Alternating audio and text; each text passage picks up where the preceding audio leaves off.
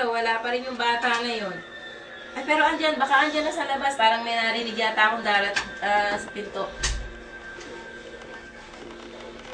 O anak, saan ka na naman galing? Ba't inabot ka ng alas 3 ng madaling araw? Saan pa? Eh, di nag-disco kami ng mga kabarkada ko. Bakit ba kayo tanong na tanong? Alam ko na yung ginagawa ko, no? Hindi na nang sumagot ang bata ko. Eh, bakit ba? Marunong na ako tumingin ng oras, no? Kaya nga ako nag-aral, di ba? Diyan magsalita yung anak mo na yan.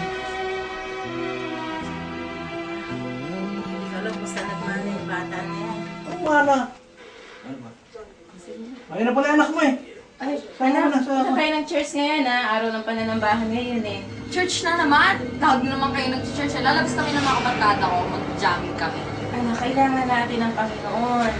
Huwag mo unahin ang mga barkada mo. Walang maidudulot sa'yo mabuti ang barkada. Mukha na kayong church. Church na lang kayo ng church. Lagi na lang kayo nasa church. Sa church na lang kayo tumira. Huwag ka ganyan, anak. Magsalita yung anak mo. Masyadong kan. Pagsabihan mo yan ha. Oh, nandito ka pala. Anong yung nagawa mo? Ako anak, andyan na pala ang tatay ko. Pagbigyan mo nga siya ng pagkain at masama lang ako ko. Ayoko nga. Tsaka hindi mo ba nakikita, busy ako dito, may ginagawa akong project. Tsaka kaya naman niya yun, no? May paa siya, may kamay siya, di ba? Kaya nga may kamay at paa para Anak, huwag mo gamitin. sinasabi yan sa tatay mo. Oh, Masama yan. ano yan? Eh, di ba? Huwag niyo akong daan-daan dyan sa drama-drama niyo. Yan, ubra sa akin.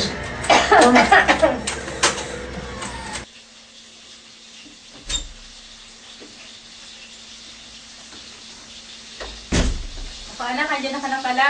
Hindi ka kumain ka, pinagluto kita ng isda. Ano bang ulam? Isda na naman. Ganyan na namin niluluto mo. Wala ka na bang alam Basta basta lang lang ka anak, at meron tayong inuulam ngayon. pwede hasa kasi wala kang pinag-aralan. Anak, halika dito. Andito si Pastora at makinig tayo ng salita ng Panginoon. Ano naman ba yan? Good afternoon, anak. Meron lang akong nice na sabihin sa iyo. Ito ay naayon sa salita ng Diyos.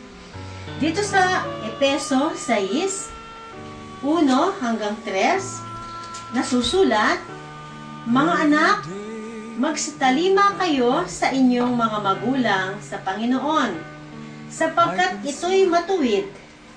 Igalang mo ang iyong ama at ina na siyang unang utos na may pangako. 3. Upang yumaon kang mabuti at ikaw ay mabuhay ng malaon sa lupa. Ito ang pangako ng Panginoon. Kung makikinig ka, mapapabuti ang buhay mo. At ang Diyos ay patuloy kanyang iingatan saan ka man paroroon. Kaya sa oras na ito, iyon ang mensahe ng Panginoon para sa iyo. Nawa, sumunod ka sa iyong mga magulang. Para pagdating ng panahon, magtatagumpay ka sa lahat ng iyong gagawin sa iyong buhay. Naku, pwede ba? Wala akong panahon dyan, no? Tsaka, pwede ba? Bata pa ako, no? Marami pa akong pwedeng gawin. Mag-enjoy pa ako sa buhay ko. Tsaka, no? Pwede ba? Huwag kayong magpapapasok na kung sino-sino dito sa Anak, bahay. si Pastora to, lingkod ng Panginoon. Huwag ka nagsasalita ng ganyan. Pwede ba? Wala akong panahon dyan. Makasalis na ako sa bahay na to.